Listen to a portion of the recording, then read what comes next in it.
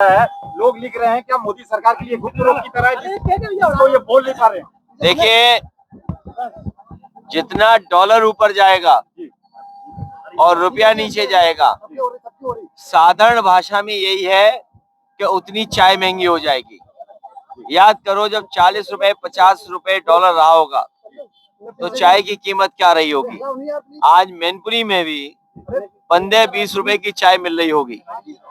तो सोचिए, डॉलर जब ऊपर जाएगा तो आपकी चाय महंगी हो जाएगी। डीजल पेट्रोल की कीमत कहां पहुंचा दी। जो लोग कहते थे गैस सिलेंडर गरीबों को फ्री देंगे, हर दूसरे तीसरे दिन आप देखते हैं कभी डीजल की कीमत बढ़ जाती, पेट्रोल की कीमत बढ़ जाती, अब गैस सिलेंडर की कीमत बढ़ रही है। खाद दे नहीं पा रहे हैं लोग।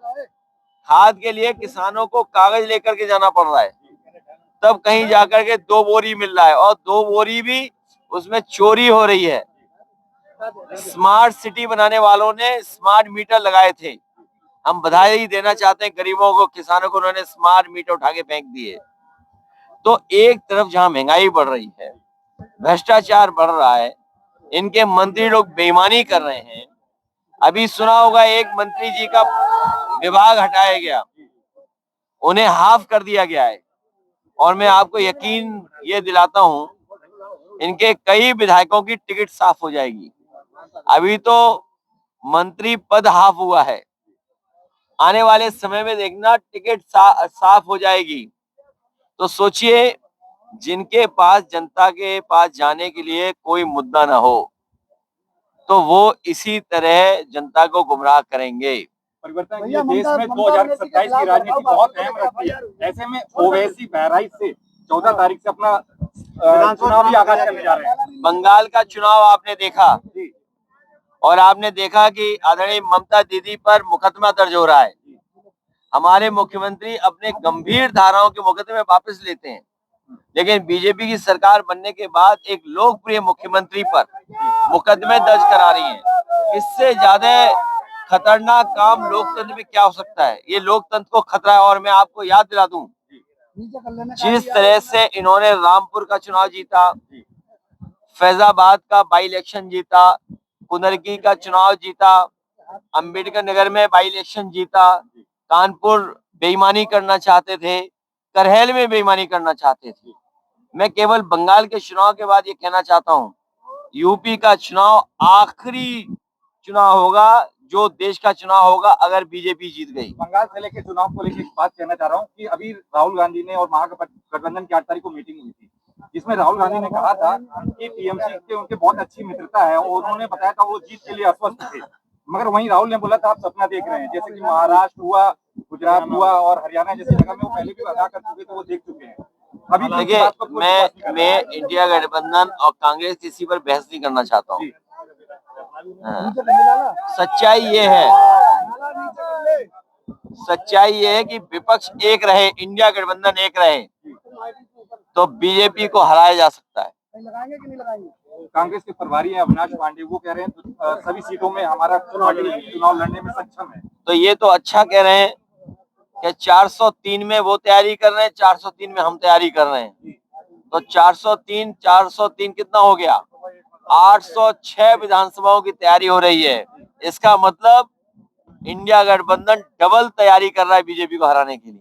सर, मैनपुरी में प्रेस क्लब के लिए तैयारी बहुत दिन से की गई, उसका अवैध कब्जा था, सभी पत्रकार साथियों ने मिलकर उसको मुझे सुनने में आया है पूरे उत्तर प्रदेश में भारतीय जनता पार्टी जमीनें कब्जा कर रही है। मैनपुरी में भी बड़ी पैमाने पर जमीनें कब्जा की होंगी। तो ये मंत्री लूटना चाहते हैं।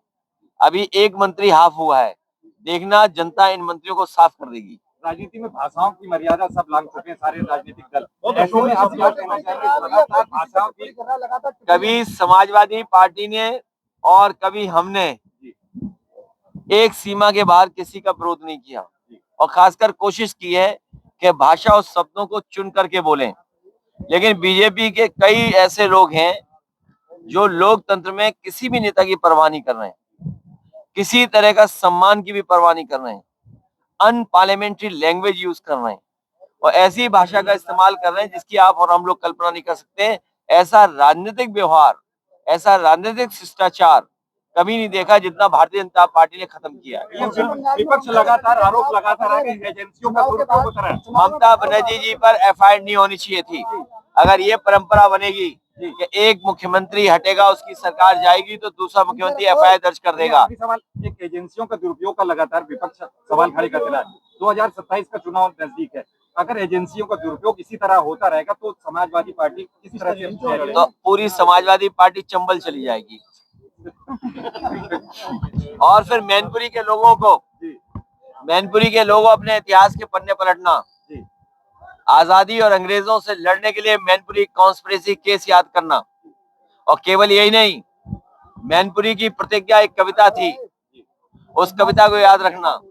यहाँ के जो मैं नाम भूल रहा हूँ, जो यहीं के थे मिश्रा जी, उन्होंने क्रांतिकारियों को ट्रेनिंग दी थी। मैनपुरी की प्रतिज्ञा पढ़ना, मैनपुरी कॉन्स्पिरेसी केस पढ़ना, ये वो धरती है जो अंग्रेजों से टकरा रही थी। ये तो अंग्रेजों के यहाँ वो कर रहे थे, क्या कर रहे थे, सूचना दे रहे थे, मुखबरी करने वाले लोग हैं। तो जब मैनपुरी के लोग अंग्रेजों से नहीं घबराए तो उनकी मुखबरी करने वालों से भी नहीं घबराएंगे। आखिरी सवाल, देश जो है जनता बड़ी परेशानियों से गुजर रही है, लेकिन मोदी जी बिल्कुल साइलेंट बने बैठे हैं महंगाई को लेकर। देखिए, जितना डॉलर ऊपर जाएगा उतनी चाय महंगी हो जाएगी, अंडा महंगा हो जाएगा। इन्हें विश्व गुरु बनने का मौका जो था खो दिया। अगर ईरान में हवाई जहाज उतार देते जैसे पाकिस्तान में उतरे थे तो ये युद्ध नहीं होता। आज सोचिए, हमारे लोग मारे गए हैं, जो नेवी के, जो हमारा जहाज लेकर के आ रहे थे, उन लोगों की हत्या कर दी गई। उसका जिम्मेदार अगर कोई है तो भारत सरकार की कमजोर फॉरेन पॉलिसी है।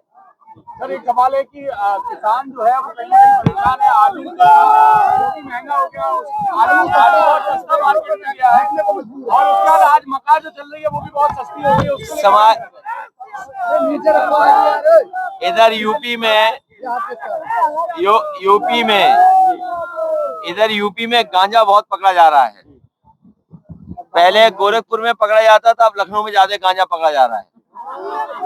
और मैं आपको आलू और मक्का, जो आलू नहीं कीमत दे पाएगा और जो मक्का हमारी सड़ जाती है, समाजवादी सरकार बनेगी तो इससे अल्कोहल, पीने